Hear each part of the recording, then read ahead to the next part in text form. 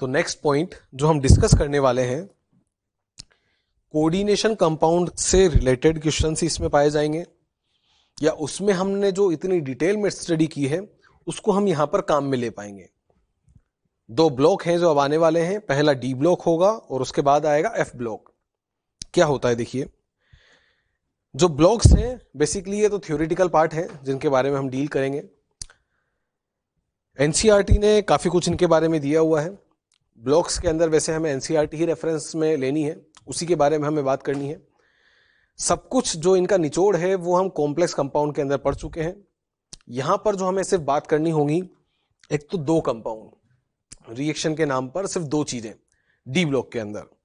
एक तो होता है KMnO4 और एक होता है K2Cr2O7। पहले का नाम है पोटेशियम परमैंगनेट और दूसरे का नाम है पोटेशियम डाइक्रोमेट। उनकी रिएक्शंस हमें पढ़नी होती हैं क्योंकि दो ही कंपाउंड है जो हमारे सिलेबस में दिए हुए हैं, और बाकी कुछ जनरल प्रॉपर्टीज, अलोए बनाना, interstitial, catalyst, melting point, oxidation state, magnetic nature, और सबसे काम का उनके कॉन्फ़िगरेशंस, क्योंकि क्वेश्चंस उनमें से बनकर आते हैं तो कॉन्फ़िगरेशन वगैरह उन सबके बारे में हमें यहाँ पे डील करना है। तो बात कर लेते हैं डी ब्लॉक की, क्या क्या पॉइंट्स हैं जो हमें यहाँ पे डिस्कस करने हैं। शुरू करते हैं उन्हीं के बारे में, एनसीईआरटी को रेफर करते हुए उसी के प्रॉपर्टीज हम शुरू कर रहे हैं। सबसे पहला पॉइंट जो हमने यहाँ पर नाम लिया है कैटालाइटिक प्रॉपर्टी, मतलब कैटलिस्ट की तरह बिहेव करने की टेंडेंसी, कैटालाइटिक प्रॉपर्टी। आप देखते होंगे ज्यादातर रिएक्शंस जो हम पढ़ते हैं उनके अंदर जो कैटलिस्ट होते हैं डी ब्लॉक के काम में लिए जाते हैं। अब डी ब्लॉक के कैटलिस्ट काम में लेने का लॉजिक क्या रहा, एक तो वेरिएबल वैलेंसी और दूसरा free valency on their surface. Variable क्यों, डी ब्लॉक का नेचर ही है वेरिएबल दिखाने वाला। जैसे हम बात करते हैं फेरस तो बनता है फेरिक भी, क्यूपरस के साथ बनता है क्यूपरिक भी, अलग अलग टाइप के चार्ज हैं। वेरिएबल ऑक्सीडेशन स्टेट्स को कहते हैं।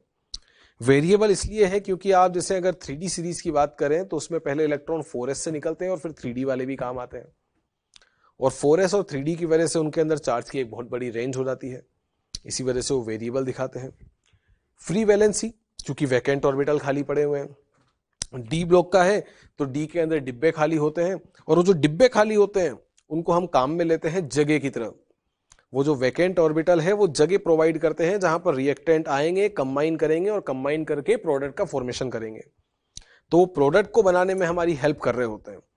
तो इसीलिए हम कहते हैं कि फ्री वैलेंसी और वेरिएबल वैलेंसी की वजह से जो रिएक्टेंट कंबाइन नहीं कर रहे थे उनको ये फ्री वैलेंसी जगह देती है ताकि वो आए, कंबाइन करें और प्रोडक्ट का फॉर्मेशन करके रिएक्शन को आगे की तरफ लेके जाएं।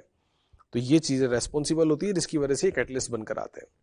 नेक्स्ट वन पूछा जाता है कैटालाइटिक प्रॉपर्टी कब बढ़िया होगी, तो कहा जाएगा पाउडर्ड फॉर्म में सबसे बढ़िया कैटलिस्ट बनकर आएंगे, क्योंकि पाउडर्ड फॉर्म में जब उनका पाउडर में चूरा कन्वर्ट हो जाएगा सरफेस एरिया बढ़ेगा, और सरफेस एरिया जितना ज्यादा होगा रिएक्टेंट को कंबाइन करने के लिए उतनी ही ज्यादा जगह मिलेगी, इसीलिए उनकी कैटालाइटिक प्रॉपर्टी बढ़ने लगेगी।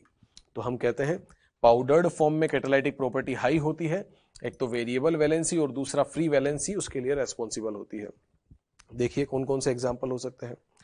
जैसे H2SO4 को जब बनाना होता है तो उसके लिए एक प्रोसेस होता है जिसका नाम है contact process. H2SO4 sulphuric acid, catalyst काम में लिया जाता है V2O5 that is vanadium pentoxide. Example बताए जा रहे हैं। HNO3 मतलब नाइट्रिक एसिड को बनाने का तरीका, प्रोसेस का नाम है ओस्टवाल्ड, पी ब्लॉक में आएंगे सब, और कैटलिस्ट काम में आता है प्लेटिनम। नेक्स्ट वन क्लोरीन को बनाने वाला तरीका होता है जिसको हम नाम देते हैं डेकन्स प्रोसेस, और कैटलिस्ट काम में आता है CuCl2। अमोनिया को बनाने वाला प्रोसेस होता है हेबर्स प्रोसेस, जहां पर आयरन और मोलिब्डेनम काम में आते हैं। आयरन कैटलिस्ट और मोलिब्डेनम प्रमोटर की तरह काम में आता है। नेक्स्ट वन अनसेचुरेटेड को सेचुरेटेड में बदलना है तो हाइड्रोजिनेशन के अंदर हम निकल या प्लेटिनम को काम में ले रहे होते हैं, तो ये सब कैटलिस्ट ही है। हाइड्रोजिनेशन के अंदर क्लोरीन बनाने में, HNO3 बनाने में, H2SO4 बनाने में, कॉन्टैक्ट प्रोसेस, ओस्टवाल्ड, डेकन्स, हाइड्रोजिनेशन, और ये सारे के सारे कैटलिस्ट कौन से ब्लॉक के कैटलिस्ट है, डी ब्लॉक वाले। तो डी ब्लॉक वाले कैटलिस्ट की तरह बिहेव करते हैं, और उसका लॉजिक है एक तो वेरिएबल वैलेंसी और एक फ्री वैलेंसी उनके पास पाई जाती है, इस वजह से ऐसा काम हो पाता है। चलिए नेक्स्ट वन, अगला जो नाम दिया है उसको हम बोलते हैं अलोए फॉर्मेशन। अलोए का मतलब होता है मिक्सचर ऑफ मेटल्स, अलग अलग मेटल का मिक्सचर बनकर आता है, उसी को हम क्या नाम देते हैं, अलोए। अब मिक्सचर ऑफ मेटल कब बनकर आएगा, ये एक ही तरह की मेटल थी, पर उनके अंदर पता चला कि ये दूसरे टाइप का मेटल भी हमने फिट कर दिया, और अगर दूसरे टाइप का मेटल इसके अंदर आसानी से फिट हो गया तो इसके फिट होने की वजह से ये अलग अलग टाइप की मेटल्स का मिक्सचर बनकर आएगा, और इसी मिक्सचर को हम क्या नाम देते हैं? अलॉय। ये सारे एक तरह के मेटल थे और ये दूसरे मेटल इसके अंदर फिक्स कर दिए गए। अब ये फिक्सिंग कब पॉसिबल होगी? ये फिक्सिंग तब पॉसिबल होती है जब उनके अंदर साइज का डिफरेंस ज्यादा ना हो, ताकि आप किसी एक को हटाकर अगर उसकी जगह दूसरे को रखना भी चाहें तो कोई दिक्कत ना हो। साइज का डिफरेंस कम होगा तो आप आसानी से किसी को भी हटा के किसी दूसरे को उसकी जगह रख पाएंगे, और अगर दूसरे को आपने रख दिया तो इस तरह से जो मिक्सचर ऑफ मेटल्स बनकर आएगा उसी को हम क्या नाम देंगे? अलॉय। अब ये क्यों पॉसिबल हुआ चेक करो। डी ब्लॉक के अंदर अगर साइज के सीक्वेंस की बात करूं तो मैं क्या कहता हूं?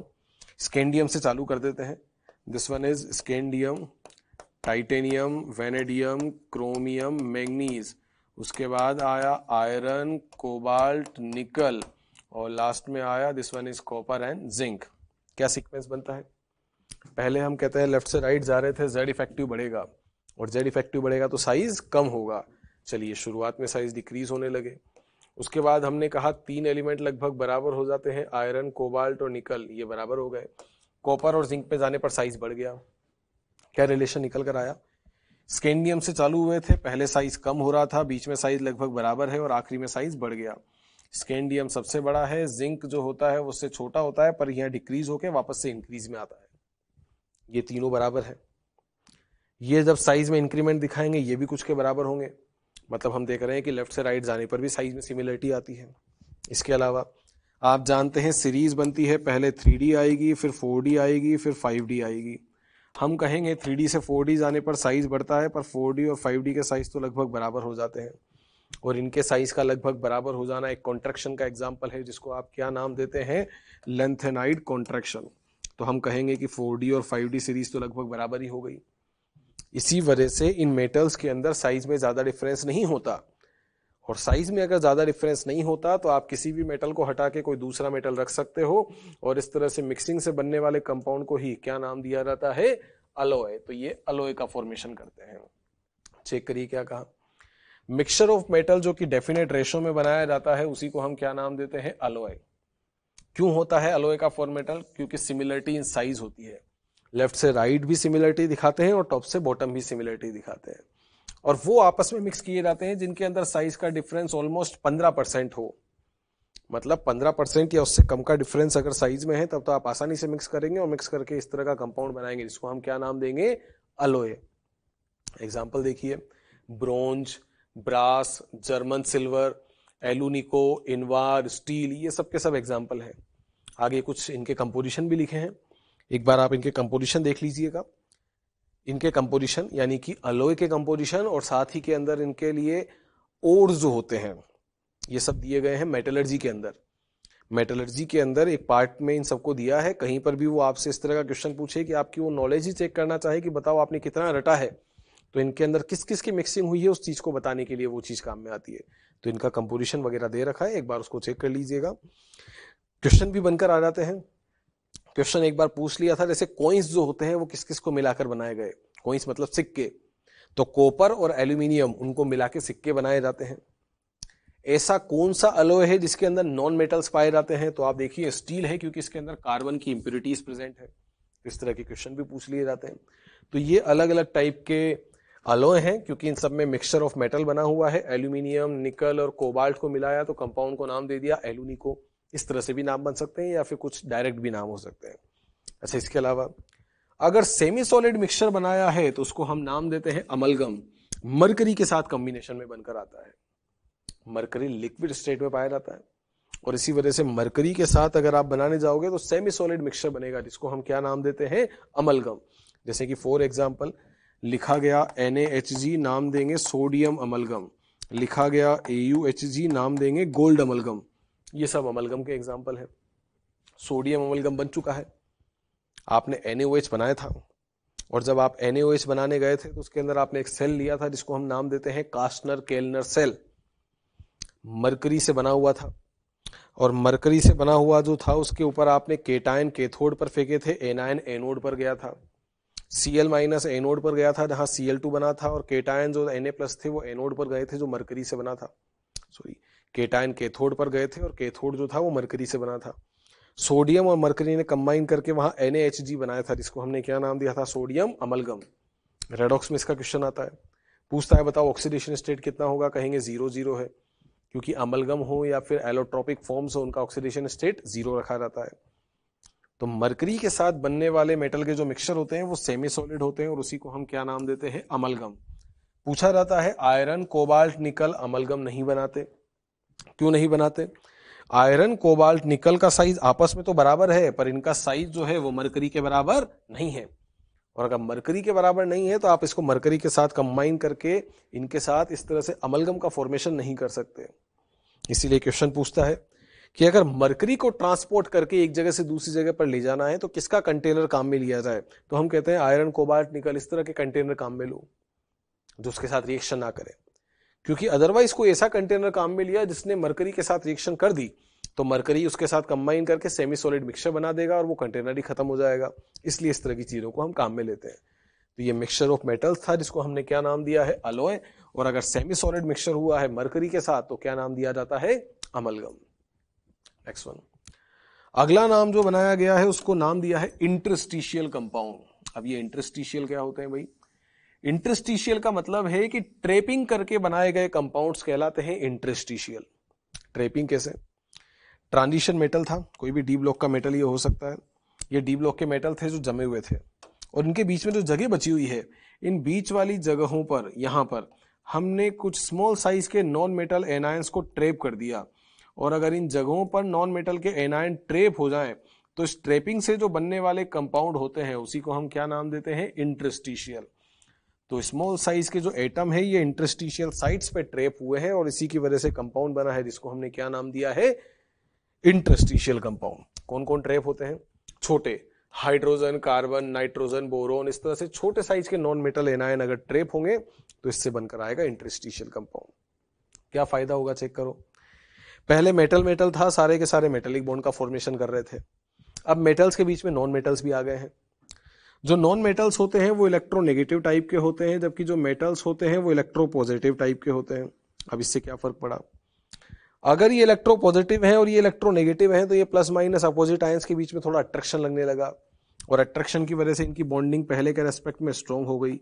अगर बॉन्डिंग स्ट्रांग होगी तो कहेंगे इनके मेल्टिंग और बॉइलिंग पॉइंट का वैल्यू बढ़ने लगेगा, स्टेबिलिटी बढ़ेगी, मेल्टिंग बॉइलिंग पॉइंट बढ़ेंगे, थर्मल स्टेबिलिटी बढ़ेगी। तो ये सारे पॉइंट होंगे जो इस तरह के कंपाउंड्स में देखे जाएंगे। और क्या नाम दिया जाता है इन कंपाउंड्स को, इंटरस्टिशियल। ये रहा, टंगस्टन ने बनाया, आयरन ने बनाया, टाइटेनियम ने बनाया। इनकी एक रेंज भी निकल कर आई 1.3 से 1.8। मतलब हम ये कह सकते हैं कि इनका कोई फिक्स्ड रेशो नहीं है, और इस तरह के जो फिक्स्ड रेशो में नहीं होते ना कंपाउंड, उन्हीं को हम नाम देते हैं नॉन स्टोइकियोमेट्रिक कंपाउंड। क्या नाम दिया है, नॉन स्टोइकियोमेट्रिक, जो कि परफेक्ट बैलेंस नहीं हो पाते। जैसे आपने क्वेश्चन देखा होगा Fe0.94O, इस कंपाउंड के अंदर रेडॉक्स में आपसे पूछा रहता है कि आयरन का ऑक्सीडेशन स्टेट क्या होगा। तो देखो जरा, नॉन स्टोइकियोमेट्रिक क्यों कह रहा हूं। एक ऑक्सीजन के लिए 0.94 आयरन है, ये पूरी तरह से बैलेंस नहीं हो पाया, और जो पूरी तरह से बैलेंस नहीं हो पाते उस तरह के कंपाउंड्स को ही हम क्या नाम देते हैं, this one is non stoichiometric. तो ये वही टाइप का है। Fe0.94O में आयरन का ऑक्सीडेशन स्टेट कैसे निकालोगे? नहीं पता तो आयरन का ऑक्सीडेशन स्टेट क्या मान लिया, X। कैसे निकालते हो चेक करो, ये रहा फॉर्मूला। 0.94x, ऑक्सीजन पे कितना चार्ज होता है, -2 equal to 0। 0.94x is equal to 2, तो x इज इक्वल टू हो जाएगा 2/0.94, मतलब ये निकल कर आएगा 200/94, मतलब ये निकल कर आया 100/47। इस तरह के कंपाउंड जहां ये पूरी तरह से बैलेंस नहीं हो पाते, और उन्हीं को हम क्या नाम देते हैं, नॉन स्टोइकियोमेट्रिक टाइप के। तो एक बड़े से मेटलिक क्रिस्टल के अंदर अगर इस तरह से छोटे छोटे एनायन ट्रेप हो तो ये नॉन मेटल्स की ट्रेपिंग से बनने वाले जो कंपाउंड होते हैं उन्हीं को हम क्या नाम देते हैं, इंटरस्टिशियल कंपाउंड कहलाते हैं। चलिए नेक्स्ट वन, अगला पॉइंट जो हेडिंग के अंदर दिया गया है वो है मेल्टिंग पॉइंट का। क्या कहेंगे, देखो मेल्टिंग पॉइंट के लिए, मेल्टिंग पॉइंट के लिए कहा जाता है कि डी ब्लॉक के मेल्टिंग या बॉइलिंग पॉइंट जो होते हैं वो एस ब्लॉक के मेल्टिंग और बॉइलिंग पॉइंट से ज्यादा होते हैं। मतलब एस ब्लॉक वालों के तो कम है और डी ब्लॉक वालों के मेल्टिंग और बॉइलिंग पॉइंट ज्यादा है। क्यों आया चेक करो। जब एस ब्लॉक की बात करते हो तो एस ब्लॉक के अंदर जनरल कॉन्फ़िगरेशन आप बनाते हो NS1 से 2, या तो एस का एक इलेक्ट्रॉन काम में आएगा या एस के 2 इलेक्ट्रॉन काम में आएंगे। कम इलेक्ट्रॉनों से बॉन्ड बनेगा तो बॉन्ड वीक होगा। और मेल्टिंग और बॉइलिंग पॉइंट के लिए रिलेशन कहता है कि डायरेक्टली प्रोपोर्शनल होता है मेटेलिक बॉन्ड की स्ट्रेंथ के। बॉन्ड की स्ट्रेंथ जितनी ज्यादा होगी, कहा जाएगा मेल्टिंग और बॉइलिंग पॉइंट की वैल्यू उतनी ही ज्यादा है। तो एस ब्लॉक वालों का कन्फिगरेशन NS1 से 2, कम इलेक्ट्रॉन काम में आते हैं। डी ब्लॉक वालों की बात करें तो इनका जनरल कन्फिगरेशन होता है N-1, डी में 1 to 10 और साथ में NS 0 से 2। पहले तो आप NS वालों को काम में लोगे और उनसे काम नहीं चला तो फिर आप डी वालों को भी काम में ले लोगे। और अगर ज्यादा इलेक्ट्रॉनों से बॉन्ड बनेगा तो उनका बॉन्ड स्ट्रॉन्ग बनकर आएगा। इसीलिए एस ब्लॉक और डी ब्लॉक में कंपेयर किया रहा है तो किसके मेल्टिंग और बॉइलिंग पॉइंट ज्यादा होते हैं? डी ब्लॉक वालों के, क्योंकि उसमें ज्यादा इलेक्ट्रॉनों से बॉन्ड बनता है और बॉन्ड की स्ट्रेंथ भी ज्यादा होती है। जैसे हम बात करें एस ब्लॉक के अंदर ग्रुप नंबर फर्स्ट और ग्रुप नंबर सेकंड में, तो हम कहते हैं ग्रुप नंबर सेकंड वालों के ज्यादा है। इनका कन्फिगरेशन NS1 था, इनका कन्फिगरेशन NS2 था। उनका एक इलेक्ट्रॉन काम में आया, इनके 2 काम में आए। अगर 2 इलेक्ट्रॉन काम में आएंगे तो बॉन्ड स्ट्रॉन्ग बनकर आया, और अगर बॉन्ड स्ट्रॉन्ग बनेगा तो इसी की वजह से मेल्टिंग पॉइंट की वैल्यू ज्यादा होगी। तो यहाँ और यहाँ में इसके ज्यादा होते हैं, इसी तरह से एस ब्लॉक और डी ब्लॉक में डी ब्लॉक वालों के ज्यादा होते हैं। नेक्स्ट वन, डी ब्लॉक के अंदर अगर हम कंपेयर करें तो मेटेलिक बॉन्ड की जो स्ट्रेंथ होती है वो डायरेक्टली प्रोपोर्शनल होती है नंबर ऑफ अनपेयर्ड इलेक्ट्रॉन जो N-1 डी के अंदर है। डी के अंदर अनपेयर्ड इलेक्ट्रॉन जितने ज्यादा होंगे मेटेलिक बॉन्ड के फॉर्मेशन की टेंडेंसी उतनी ही ज्यादा होगी। अब डी के अंदर अनपेयर्ड का कैलकुलेशन किस तरह से होता है तो जरा चेक करें। ये रहा डी ऑर्बिटल जिसके अंदर 5 डिब्बे हमने लिखे। इन 5 डिब्बों की फिलिंग का तरीका 1 2 3 4 5। पहले तो अनपेयर्ड इलेक्ट्रॉनों का नंबर बढ़ रहा है, 1 2 3 4 5 तक जाएंगे तो इंक्रीज करेगा। उसके बाद 6 भरते ही कितने अनपेयर्ड रह गए? 4। 7 किए तो अनपेयर्ड 3, 8 पे 2, 9 पे 1 और 10 पे 0। तो मतलब हम कहेंगे कि डी ब्लॉक में अनपेयर्ड इलेक्ट्रॉनों का नंबर पहले बढ़ता है और बाद में कम होता है। इसीलिए अनपेयर्ड के साथ इनके मेल्टिंग और बॉइलिंग पॉइंट की वैल्यू पहले बढ़ेगी और बाद में कम हो जाएगी। सो कहा जा सकता है कि इनिशियली मेल्टिंग और बॉइलिंग पॉइंट जो होते हैं वो इंक्रीज करते हैं और फिर बाद में डिक्रीज करते हैं। क्यों हुआ ऐसा? क्योंकि शुरुआत में बढ़े थे क्योंकि अनपेयर्ड इलेक्ट्रॉनों का नंबर बढ़ा था। अनपेयर्ड के साथ मेल्टिंग और बॉइलिंग पॉइंट की वैल्यू बढ़ गई और बाद में कम होने लगे। क्यों कम होने लगे? क्योंकि बाद में जैसे ही पेयरिंग होगी अनपेयर्ड का नंबर कम हो जाएगा। तो नंबर ऑफ अनपेयर्ड इलेक्ट्रॉनों के साथ कैसा रिलेशन होता है? Directly proportional. इसलिए ऐसा रिलेशन देखने को मिलता है। चेक करना, रिलेशन के हिसाब से ग्राफ पहले ऊपर बढ़ा है और बाद में नीचे गया है। तो पहले ग्राफ बढ़ता है क्योंकि मेल्टिंग पॉइंट की वैल्यू बढ़ती है और बाद में ये कम हो जाता है। शुरुआत में इंक्रीजिंग और बाद में डिक्रीजिंग। ये रहा सीक्वेंस उनके लिए। नेक्स्ट वन, वोलेटाइल एलिमेंट्स जो होते हैं, मतलब वोलेटाइल किसको कहा जाता है? ग्रुप नंबर 12 को। ग्रुप नंबर 12 में आते हैं नॉन टिपिकल ट्रांजिशन एलिमेंट्स। क्या नाम दिया? Non typical transition elements. Transition मतलब डी ब्लॉक वाले, पर ऐसे डी ब्लॉक वाले जो ट्रांजिशन नहीं कहलाते, मतलब ग्रुप नंबर 12 कौन कौन आता है उसके अंदर? 4 एलिमेंट, जिंक, कैडमियम, मरकरी और साथ में यूयूबी। ये 4 एलिमेंट हैं जिनको हम ट्रांजिशन नहीं मानते क्योंकि इनका डी कभी खाली नहीं होता, उनका डी हमेशा भरा होता है। इसी वजह से ये ट्रांजिशन की कैटेगरी में नहीं आ पाते। तो उनको हम नाम देते हैं नॉन टिपिकल ट्रांजिशन एलिमेंट्स, या फिर उन्हीं को एक और नाम दिया गया है वोलेटाइल एलिमेंट्स।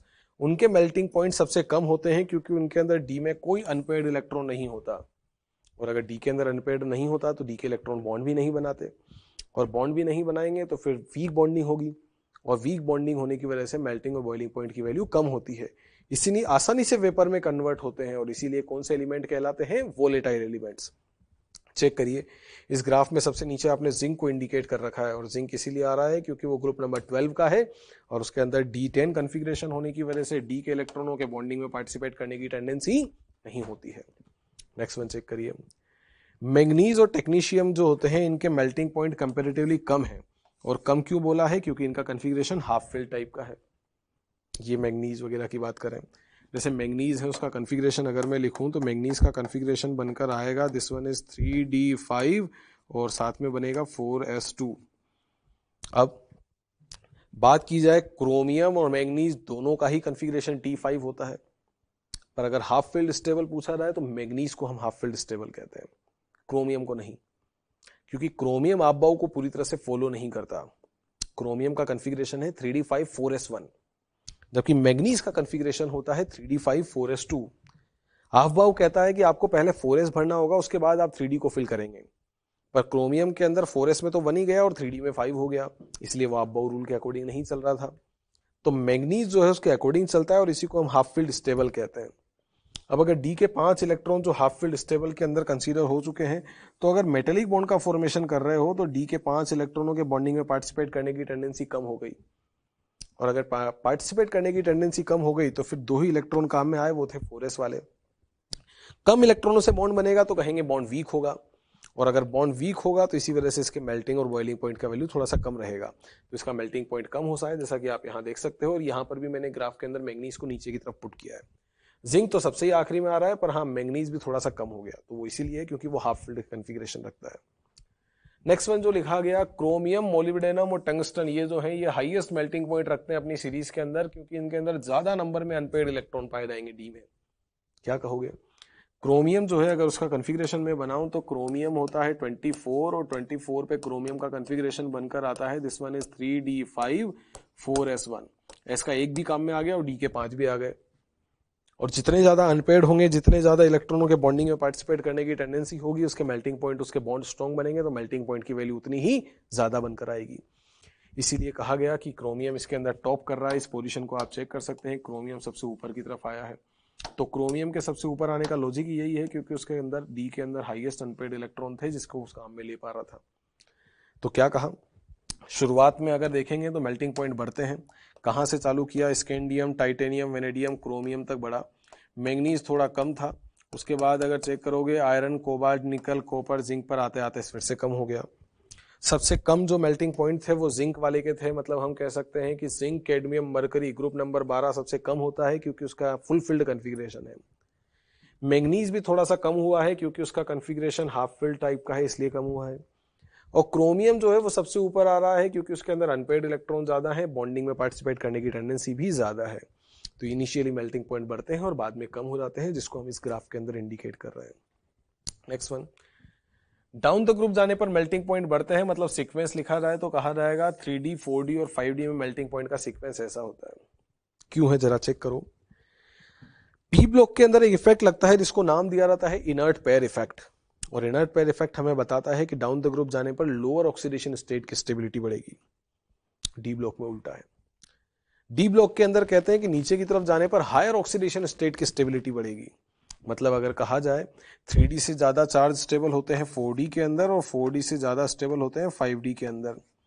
आपने देखा होगा रूथेनियम और ओस्मियम कुछ इस तरह के एग्जाम्पल हैं जिनके ऊपर हाईएस्ट चार्ज +8 तक भी हो सकता है, नीचे ही आते हैं, 3D सीरीज में तो नहीं आते। इसीलिए कहा जाता है कि डाउन द ग्रुप जाने पर हायर चार्ज स्टेबल होंगे, और इसका मतलब ये हुआ कि नीचे वालों के अंदर इलेक्ट्रॉनों की बॉन्डिंग में पार्टिसिपेट करने की टेंडेंसी भी ज्यादा होगी, और जितने ज्यादा इलेक्ट्रॉन बॉन्डिंग में पार्टिसिपेट करेंगे बॉन्ड स्ट्रॉन्ग बनेंगे, और अगर बॉन्ड स्ट्रॉन्ग बनेगा तो कहा जाएगा उनके लिए मेल्टिंग पॉइंट की वैल्यू ज्यादा होगी। तो हम क्या कह सकते हैं कि 3D से ज्यादा होते हैं 4D वालों के, और 4D से ज्यादा होते हैं 5D वालों के, मतलब ग्रुप में नीचे की तरफ जाने पर मेल्टिंग पॉइंट का वैल्यू बढ़ने लगता है। तो क्या क्या बोला अपन ने मेल्टिंग पॉइंट के लिए? एस और डी ब्लॉक में कंपेयर करें तो डी ब्लॉक वालों की ज्यादा है। बॉन्ड की स्ट्रेंथ के ऊपर डिपेंड करता है, अनपेयर्ड इलेक्ट्रॉनों के साथ बढ़ेगा, इसीलिए पहले बढ़ेगा और बाद में कम हो जाएगा। Group number 12 zinc, cadmium, mercury highest, मतलब जो वोलेटाइल एलिमेंट होते हैं वो लीस्ट मेल्टिंग पॉइंट रखते हैं। मैग्नीज और टेक्नीशियम भी कम है क्योंकि हाफ फिल्ड है। क्रोमियम, मोलिब्डेनम और टंगस्टन सबसे ज्यादा रखते हैं, और 3D 4D 5D में डाउन द ग्रुप जाने पर मेल्टिंग पॉइंट का वैल्यू इंक्रीज करने लग जाता है। चलिए नेक्स्ट वन, अगला पॉइंट जो हमने यहां पर दिया है वो है डेंसिटी के लिए। क्या कहोगे भाई डेंसिटी के लिए?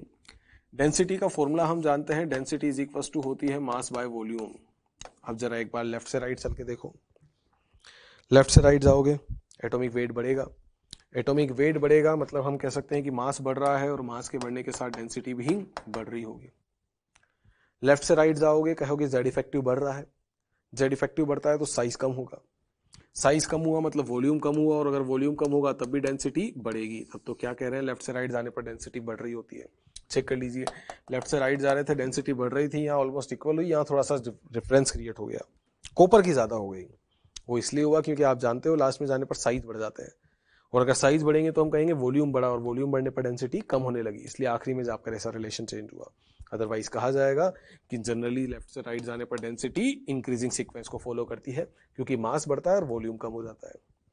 Next one, 3D 4D 5D में कंपेयर करें तो देखो क्या कहेंगे, ये रहा 3D सीरीज, इसके बाद आता है 4D और उसके बाद आता है 5D सीरीज। क्या कह सकते हो, देखो 3D से 4D जा रहे हो, ऊपर से नीचे जा रहे हैं, वॉल्यूम भी बढ़ रहा है, मास भी बढ़ रहा है, पर जो डोमिनेटिंग फैक्टर होता है वो किसके लिए डोमिनेट कर रहा होता है, मास के लिए। क्यों डोमिनेटिंग बोल रहा हूं, क्योंकि वॉल्यूम में तो कॉन्ट्रैक्शन भी लगते हैं। वैसे भी आप इलेक्ट्रॉन डी में फेंक रहे हो, डी के अंदर जब इलेक्ट्रॉन जाता है तो हम कहते हैं डी की शील्डिंग कमजोर होती है।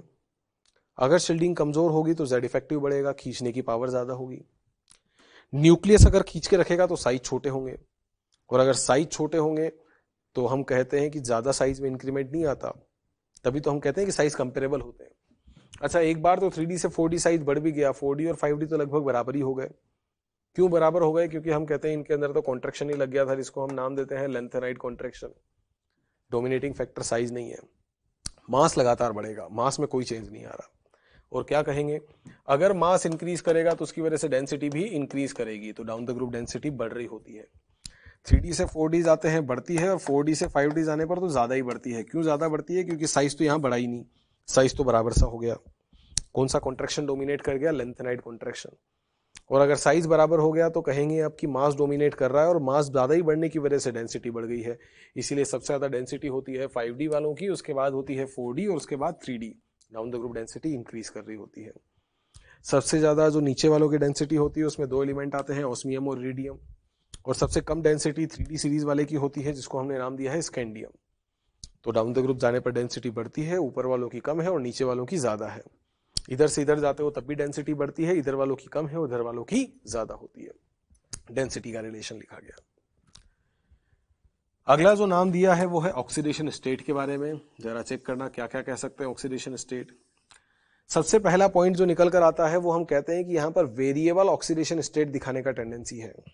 वेरिएबल मतलब एक से ज्यादा चार्ज ऑक्सीडेशन स्टेट में स्टेबल होते हैं। वेरिएबल क्यों हुआ, जरा चेक करो। अगर हम डी ब्लॉक की बात करें तो इनका कॉन्फ़िगरेशन जो बनकर आता है वो होता है n-1d 1 to 10 और ns 0 से 2। ये 0 किसके लिए लिखा जाता है, पैलेडियम के लिए, क्योंकि वहां 0 आता है। 1 आ जाता है कॉपर और क्रोमियम जैसे एग्जाम्पल में, अदरवाइज इसमें 2 तो चल ही रहे हैं। अच्छा, डी ब्लॉक चालू होता है ग्रुप नंबर 3 से और ग्रुप नंबर 12 तक चलता है। 3 से 12 तक चलता है मतलब उससे पहले ऑलरेडी एस आ चुका है, तो एस के 2 इलेक्ट्रॉन आने थे। कॉन्फ़िगरेशन में एक्सेप्शन की वजह से कभी 1 भी आता है और कभी 0 भी आता है, तो ये तीनों का ऑप्शन हो गया। उसके बाद 3 से जब 12 तक जाएंगे तो इलेक्ट्रॉन डी में जाएगा। हम जानते हैं एस और पी काम में आता है एन वाला, डी काम में आता है n-1 वाला, और एफ काम में आता है n-2 वाला। तो यहाँ जो डी काम में लिया है वो n-1 है, और n-1 डी में 1 से लेकर 10 तक इलेक्ट्रॉन गए हैं। अब जब आपको इलेक्ट्रॉनों को निकालना होगा तो सबसे पहले कहेंगे काम में लिए जाएंगे बाहर वाले, मतलब 4s वाले, और उसके बाद जरूरत पड़ी तो आप किसको भी काम में लोगे, n-1 डी वालों को भी। पहले आप इलेक्ट्रॉन 4s से निकालते हो, उसके बाद आप 3d को भी काम में ले लेते हो। क्यों काम में ले लिया, क्योंकि इनके बीच में एनर्जी का डिफरेंस कम होता है, और अगर एनर्जी का डिफरेंस कम होगा तो इलेक्ट्रॉनों के बॉन्डिंग में पार्टिसिपेट करने की टेंडेंसी ज्यादा होगी, और अगर बॉन्डिंग में पार्टिसिपेट करने की टेंडेंसी ज्यादा होगी तो वो इसीलिए हुई है क्योंकि n-1 के डी इलेक्ट्रॉन भी काम में आने लगे। इसीलिए हम कहते हैं कि यहां पर ये इसलिए वेरिएबल ऑक्सीडेशन स्टेट दिखा पा रहे हैं क्योंकि स्मॉल डिफरेंस होता है एनर्जीज का ns और n-1 डी ऑर्बिटल में, और एनर्जी का डिफरेंस जितना कम होगा इलेक्ट्रॉनों के बॉन्डिंग में पार्टिसिपेट करने की टेंडेंसी उतनी ही ज्यादा होगी। कौन से ब्लॉक के लिए एक्सप्लेनेशन दिया था, डी ब्लॉक के लिए। नेक्स्ट वन, कौन से ब्लॉक की बात कर रहे हैं, एफ ब्लॉक। क्या कहोगे, देखो एफ ब्लॉक के अंदर एफ ब्लॉक का जनरल कॉन्फ़िगरेशन बनाया तो नीचे जो इंडिकेट किया है, एफ ब्लॉक चालू होता है ग्रुप नंबर 3 से, क्योंकि 3 के ही पार्ट है पूरे एफ। उससे पहले 2 आ चुके हैं शुरुआत के एस ब्लॉक के, और एक इलेक्ट्रॉन डी में चला जाता है। तो कॉन्फ़िगरेशन देखो क्या बना, एनएस के अंदर 2 इलेक्ट्रॉन जा चुके थे, डी होता है n-1 वाला, और n-1 डी में कभी 0 और कभी 1 चलता है, जो उनके एक्सेप्शन को जस्टिफाई करता है। एफ काम में आता है n-2 वाला, और n-2 एफ के अंदर 1 से लेकर 14 तक चल रहा है। सबसे पहले एस काम में लिया, एनएस में 2 चले गए। डी काम में लिया था n-1 वाला, कभी 0 और कभी 1 हुआ, और एफ काम में लिया था n-2 वाला, जहां पर इलेक्ट्रॉन 1 से लेकर 14 तक चले गए। तो इनका जनरल इलेक्ट्रॉनिक कॉन्फ़िगरेशन जो बनकर आया वो था n-2 f 1 से 14, सॉरी n-2 1 से 14, n-1d 0 से 1 और ns 2 वाला कॉन्फ़िगरेशन। जब आप n का वैल्यू 6 रखोगे तो ये बन के आएगी लेंथेनाइट सीरीज। लेंथेनाइट सीरीज के लिए सीक्वेंस क्या क्या होगा, 6 रखोगे तो ये बनेगा 6s, उसके बाद d बनकर आएगा 5d और जो f बनेगा वो होगा 4f। ये रहा सीक्वेंस। जब आपने n का वैल्यू 7 रखा तो ये बनकर आ गई एक्टिनाइट सीरीज। चलिए एक्टिनाइट सीरीज की बात करते हैं। 7 रख के देखो क्या बनेगा, ये बनकर आएगा 7s, उसके बाद बनेगा 6d और उसके बाद बनेगा 5f। यहाँ इलेक्ट्रॉन 5f में जाता है इसलिए सीरीज को 5f कहा जाता है और इस वाली सीरीज को नाम देते हैं 4f। जो 4f सीरीज होती है वही लेंथेनाइट सीरीज है और जो 5f सीरीज होती है उसी को एक्टिनाइट सीरीज कहा जाता है। अब इसके अंदर क्या क्या कहेंगे, इलेक्ट्रॉन जो काम में आए ns फिर n-1d और n-2 वाले, मतलब कहा जाएगा कि इनके बीच में एनर्जी का डिफरेंस कम है इसीलिए इलेक्ट्रॉनों के बॉन्डिंग में पार्टिसिपेट करने की टेंडेंसी ज़्यादा है। तो लॉजिक वही वाला है कि एनर्जी का डिफरेंस जितना कम होगा इलेक्ट्रॉनों के बॉन्डिंग में आने की टेंडेंसी उतनी ही ज़्यादा होगी। क्वेश्चन आए भी है, पूछा जाता है लेंथेनाइड और एक्टिनाइड में actinide series higher oxidation state दिखाती है, क्यों दिखा रही होगी भाई? लेंथेनाइड सीरीज और एक्टिनाइड में एक्टिनाइड पे हायर चार्ज स्टेबल हुए तो उसका लॉजिक क्या बनेगा? लेंथेनाइड में क्या क्या काम में आता है? 6s 5d और 4f, और एक्टिनाइड में काम में आता है 7s 6d और 5f।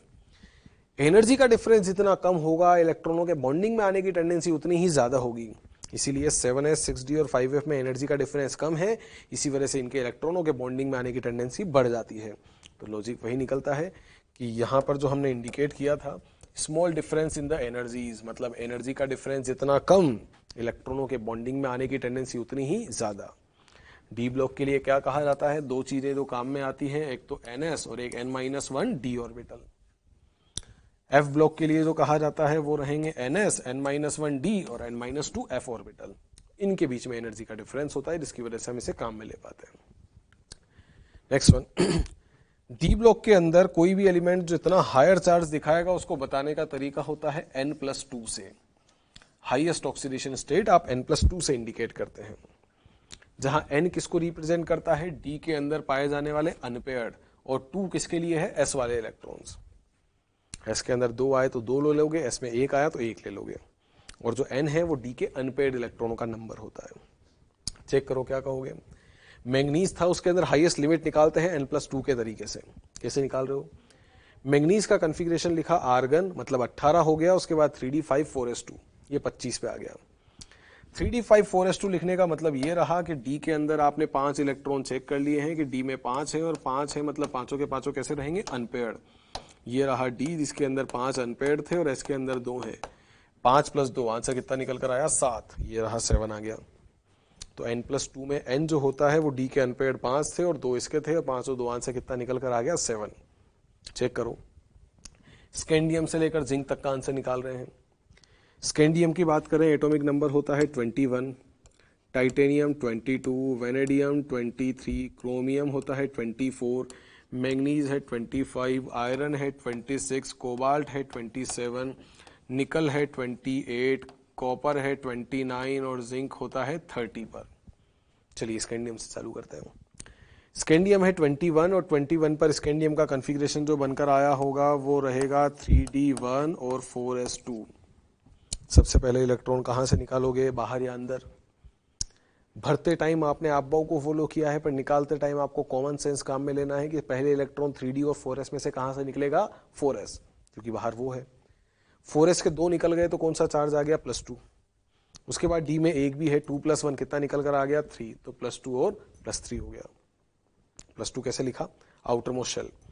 4s के 2 निकलेंगे तो चार्ज आया +2, और d का 1 भी काम में आ गया तो 2 + 1 3 निकल कर आ गया। टाइटेनियम 22 का कॉन्फ़िगरेशन क्या बनकर आएगा, दिस वन इज 3d2 और ये बन गया 4s2। 3d और 4s में से पहले बाहर वाला 4s, s के 2 निकले तो कौन सा चार्ज हो गया, +2। d के अंदर 2 और है, 2 + 2 कितना होगा, 4, मतलब मैक्सिमम लिमिट 4 तक जाएगी। तो क्या क्या निकल कर आया, 2 3 4, बीच में जो भी आ रहे हैं वो सब लिख दिए क्योंकि ये सारे चार्ज स्टेबल हो सकते हैं उसके ऊपर। Outermost shell maximum, outermost shell जो होगा वो मिनिमम चार्ज को बता देगा, जो मैक्सिमम वैल्यू n की है, और n+2 लगाते ही मैक्सिमम लिमिट निकल कर आएगी कितने तक जा सकते हो ऑक्सीडेशन स्टेट में, बीच का पूरा लिख दो आप। वेनेडियम का 23, 23 पे कन्फिग्रेशन क्या बनकर आया, दिस वन इज 3d3 और 4s2। बाहर के निकलेंगे तो s के 2 हैं, कौन सा चार्ज आ गया, +2। डी के अंदर 3 अनपेड हैं, 3 और 2 कितने हो गए, 5। तो क्या क्या बना, 2 3 4 और ये 5। क्रोमियम की बात करें 24 क्रोमियम का कन्फिग्रेशन बनकर आता है, एक्सेप्शन होता है 3d5 4s1। चलिए भाई, बाहर 4s का 1 निकला तो कौन सा चार्ज आपने लगा दिया, +1। डी के अंदर 5 है, 5 और 1 कितना हो गया, 6। 1 2 3 4 5 और ये 6 तक चला गया। 25 की बात करते हैं, मैग्नीज।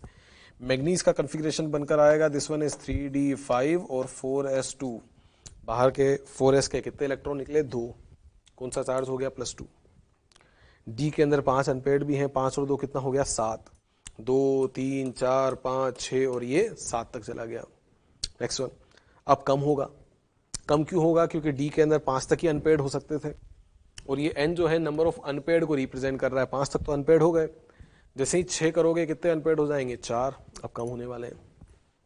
आयरन की बात करें तो आयरन का कन्फिग्रेशन जो बनकर आएगा, this one is 3d6 4s2। S के कितने निकले, 2 निकले तो कौन सा चार्ज हो गया, +2। डी में 6 हैं, अब डी में जैसे ही आपने 6 भरे तो कितने अनपेड रह गए, 4 अनपेड हैं, 2 इसमें हैं, 4 और 2 कितना हो गया, 6। 2 3 4 5 6, कम होने लग गया अब चार्ज। अगला चलें, कोबाल्ट का कन्फिग्रेशन बनकर आएगा, this one is 3d7 4s2। S के 2 निकले तो कौन सा चार्ज हो गया, +2। डी के अंदर 7 है, डी के अंदर अगर आप 7 भरेंगे तो कितने अनपेड रहेंगे, 3 अनपेड यहाँ पर है और 2 इसमें है, कितने हो गए, 5। 2 3 4 और ये 5 हो गया। निकल की बात करें 28, क्या कन्फिग्रेशन बनकर आया, this one is 3d8 4s2। 4s में 2 है, मतलब कौन सा चार्ज स्टेबल हो गया, +2। डी में 8, 1 2 3 4 5 6 7 8, कितने अनपेड हो गए, 2 यहाँ और 2 इसके कितने हो गए, 4। 2 3 4 यहाँ तक चला गया। अगला चेक करें, कॉपर का कन्फिग्रेशन होता है, this one is 3d10 4s1। पहले एस का 1 निकला तो कौन सा चार्ज हो गया, +1। डी का 10 है, पर आप जानते हैं कॉपर का D10 तो खाली हो सकता है, क्योंकि कॉपर जो होता है वो तो ट्रांजिशन एलिमेंट है, उसका डी तो आप खाली कर सकते हो। इसीलिए कॉपर पे 2 चार्ज आते हैं, एक का नाम है क्यूप्रस और एक का नाम होता है क्यूप्रिक। क्यूप्रस मतलब +1 था और क्यूप्रिक बनाया तो कौन सा चार्ज हो गया, +2। ये +2 पे चला गया। लास्ट वन बात करते हैं जिंक की, और कन्फिग्रेशन बनकर आएगा, दिस वन इज 3d10 और 4s2। बाहर के 2 निकल गए तो कौन सा चार्ज हो गया, +2। ये रहा जिंक के ऊपर +2 चार्ज स्टेबल था। तो आपने क्या देखा, ये था ऑक्सीडेशन स्टेट को बताने की पूरी टेबल थी, जो कि अपन ने 3D सीरीज से एक्सप्लेन की। फॉर्मूला जो आप काम में लेते हो वो होता है n+2 वाला, जहाँ n जो होता है वो नंबर ऑफ अनपेड इलेक्ट्रॉन है जो d ऑर्बिटल के अंदर प्रेजेंट है, और 2 जो होता है वो कौन से इलेक्ट्रॉन होते हैं, s वाले। उनको काम में लेकर हम इस तरह से सीरीज में चले गए पूरे। शुरुआत में अनपेड इलेक्ट्रॉन बढ़ रहे थे, इसलिए अनपेड के साथ ये चार्ज भी बढ़ते गए। ये चार्ज आप देख सकते हो यहाँ तक इंक्रीज कर रहा है, पेयरिंग होने लगी तो उसके बाद ये कम होने लग गए, ये कम होते हुए भी डिक्रीज होते हुए दिखा दिया हमने। स्कैंडियम कभी भी कौन सा चार्ज नहीं दिखाता, +2, तो स्कैंडियम का मैंने +2 क्रॉस कर दिया। मतलब एक ही बात आ गई कि स्कैंडियम पे तो सिर्फ एक ही चार्ज स्टेबल है, कौन सा वाला, +3, वेरिएबल नहीं है। जिंक के ऊपर भी देख सकते हो एक ही चार्ज स्टेबल है, +2, ये भी वेरिएबल नहीं है। वैसे तो आप कहते हो ना डी ब्लॉक वेरिएबल है, पर स्कैंडियम और जिंक वाले वेरिएबल ऑक्सीडेशन स्टेट नहीं दिखाते। कॉपर भी +1 वाला कोई कंपाउंड नहीं दिखाता। तो ये कुछ ऑक्सीडेशन स्टेट पे नहीं जाएंगे और कुछ ऑक्सीडेशन स्टेट इनकी ज्यादा ही स्टेबल हो जाएगी। क्या है देखो ज्यादा स्टेबल ऑक्सीडेशन स्टेट में पहला एग्जांपल लिखा है मैंने, क्रोमियम +3। क्रोमियम का +3 स्टेबल होता है, ये रहा भाई। क्रोमियम जो है वो +3 पे कुछ ज्यादा ही स्टेबल है। क्यों स्टेबल है, जरा इसका लॉजिक भी चेक करो, वहीं लिखा है। T2G हाफ फिल्ड हो गया। ये क्या होता है भाई, T2G हाफ फिल्ड। क्रोमियम की अगर मैं बात करूं तो क्रोमियम का कन्फिग्रेशन जो बनता है एटॉमिक नंबर 24 के करस्पॉन्डिंग, वो होता है 3d5 और 4s1। आपको ये नेट गैस लगानी है, आप बीच में आर्गन लगा देना, ये लो आ गया। अब क्रोमियम +3 की बात करें, मतलब 3 इलेक्ट्रॉन निकालो। चलो भाई 3 निकाल के चेक कर लो क्रोमियम +3 पे। शुरुआत का इलेक्ट्रॉन तो निकलेगा 4s से और उसके बाद निकलेंगे 3d से, 1 वहां से 2 वहां से, तो d के अंदर इलेक्ट्रॉन बच गए 3, ये हो गया 3d3। अब d में आपने 3 इलेक्ट्रॉन भर दिए। T2G लिखा है, मतलब आप समझ गए होंगे। d ऑर्बिटल को स्प्लिट किया था, 2 पार्ट बने थे, एक का नाम था T2G और एक का नाम दिया था Eg। अब उससे देखो कैसे कहूंगा, नीचे की तरफ जो जाते थे वो 3 ऑर्बिटल थे जिनको हम T2G का नाम बोलते थे, और ऊपर जो जाते थे वो 2 थे जिसको आप EG बोलते थे। EG के अंदर 2 आते हैं, dx² - y² और dz²। इसके अंदर 3 आते हैं, dxy, dyz और dzx। ये वाला कहलाता है T2G ऑर्बिटल और वो वाला कहलाता है EG ऑर्बिटल। अब D में 3 भरने हैं। कैसे भरते हो? D के अंदर 3 इलेक्ट्रॉन, यहाँ पर आया 1 2 3, और अगर आपने 3 भरे तो T2G में 3 है वो आधा भर गया, और आधा भर गया इसीलिए हमने क्या नाम दिया है? This one is T2G half filled. ध्यान रखिएगा, क्रोमियम +3 स्टेबल होता है क्योंकि उसका कन्फिग्रेशन बन जाता है T2G half filled. Next one, manganese के ऊपर +2 स्टेबल है। अच्छा, मैंगनीज का +2 कैसे जस्टिफाई करोगे, जरा चेक करो। मैंगनीज जो होता है उसका एटॉमिक नंबर होता है 25, और 25 पर मैंगनीज का कन्फिग्रेशन लिखेंगे तो कन्फिग्रेशन बनकर आएगा दिस वन इज आर्गन, और उसके बाद बनकर आया दिस वन इज 3d5 और 4s2। 3d5 4s2। कितने इलेक्ट्रॉन निकाल दिए? 2। चलो भाई 2 निकाल दो। अगर आपने मैंगनीज पे +2 लगाया, 2 इलेक्ट्रॉन निकाल दिए, तो 2 इलेक्ट्रॉन निकालने के बाद ये तो गायब हो गया, और डी में कितने इलेक्ट्रॉन बच गए? 5। डी में डिब्बे भी 5 होते हैं, और अगर आपने 5 भरे तो मतलब वो कैसा बन गया? Half filled. तो ये हाफ फिल्ड डी ऑर्बिटल हो जाएगा क्योंकि इसके डी में कितने इलेक्ट्रॉन हो जाएंगे? 5। Mn+2 स्टेबल हो गया, D5 हाफ फिल्ड हो गया। स्कैंडियम +3 और जिंक +2 जो है वो ऐसे एलिमेंट हैं जो सिर्फ एक ही टाइप का ऑक्सीडेशन स्टेट दिखा पा रहे हैं। जरा चेक करिए, अपन ने क्या कहा था? स्कैंडियम पे सिर्फ एक ही चार्ज स्टेबल रहता है, कौन सा वाला? +3, और जिंक के ऊपर एक ही चार्ज स्टेबल होता है, क्या रहा? +2। मतलब ये वेरिएबल नहीं है।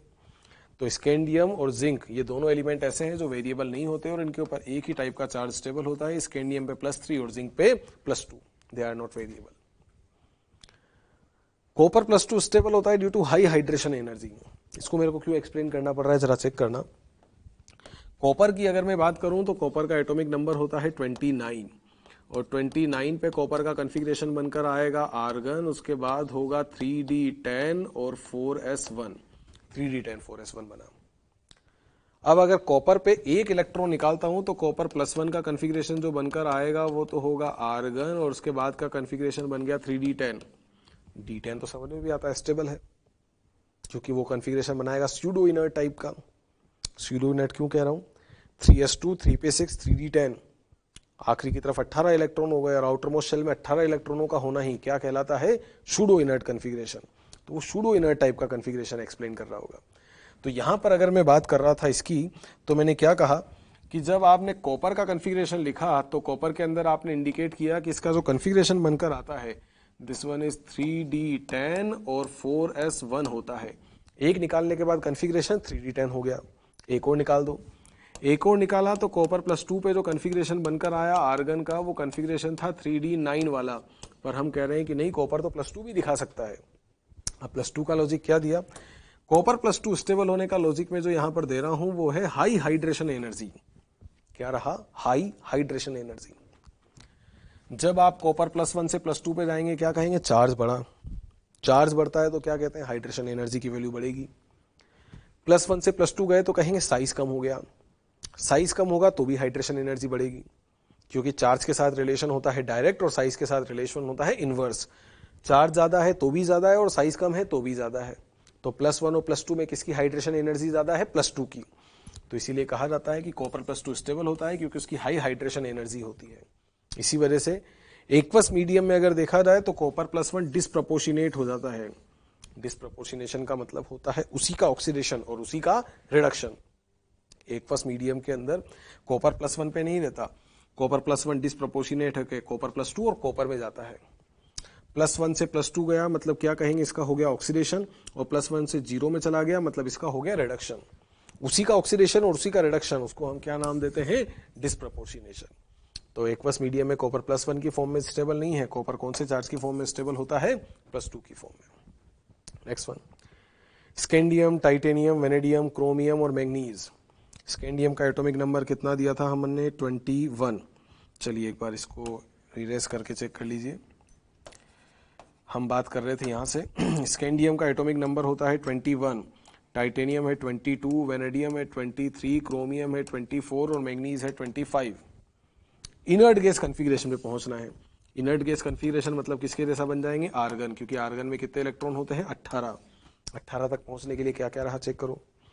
स्कैंडियम पे कौन सा चार्ज स्टेबल हुआ, +3, 21 था 3 निकल गया 18 पे पहुंच गया, 22 था 4 निकल गया 18 पे पहुंच गया, 23 थे 5 निकल गए 18 पे पहुंच गया, क्रोमियम 24 थे 6 निकल गए 18 पे पहुंच गया, 25 थे 7 निकल गए 18 पे पहुंच गया, और 18 पे पहुंचने का मतलब कहां पहुंच गए, आर्गन इनर्ट गैस पर। तो ये जो अपन ने यहां पर इंडिकेट किया ना, स्कैंडियम +3, टाइटेनियम +4, वेनेडियम +5, क्रोमियम +6 और मैंगनीज +7, ये सारे कॉन्फ़िगरेशन कैसे हैं, इनर्ट गैस कॉन्फ़िगरेशन। ये सब इनर्ट गैस के करस्पॉन्डिंग हो जा रहे हैं आर्गन, और इसी वजह से ये सब स्टेबल हो गए।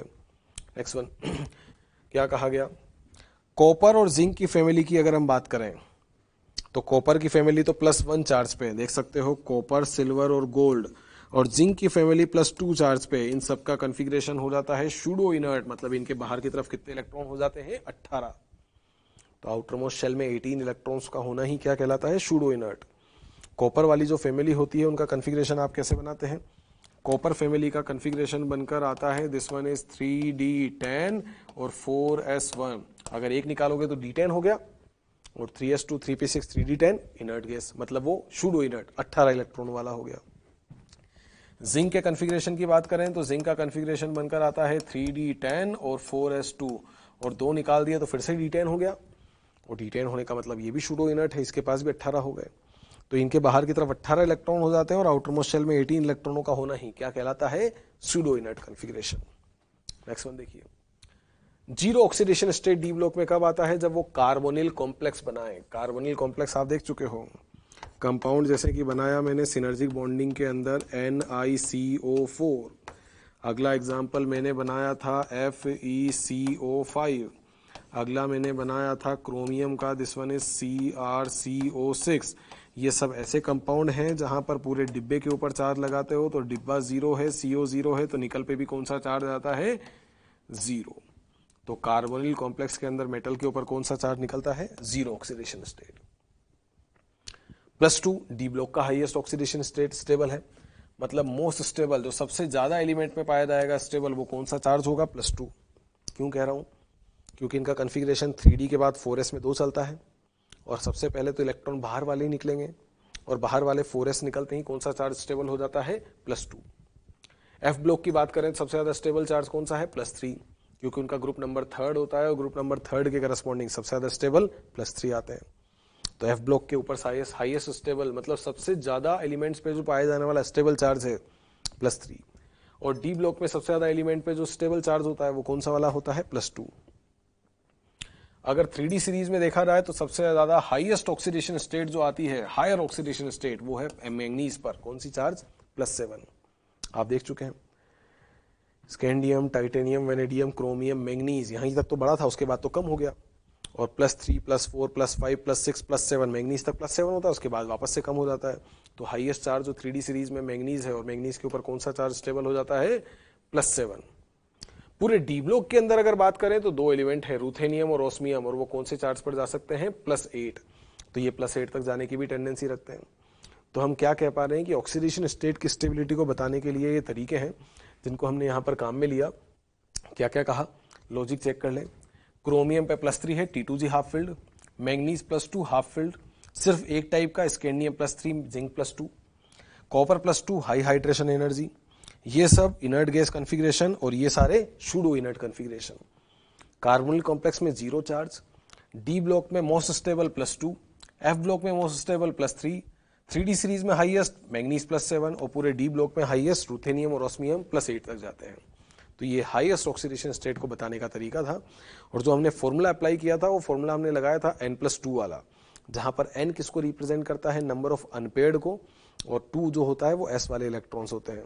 उन दोनों को जस्टिफाई करके आप चार्ज बता सकते हैं, पहले बढ़ेगा और बाद में कम होगा, क्योंकि अनपेयर्ड इलेक्ट्रॉनों का नंबर पहले बढ़ता है और बाद में पेयरिंग होने से कम होने लग जाता है।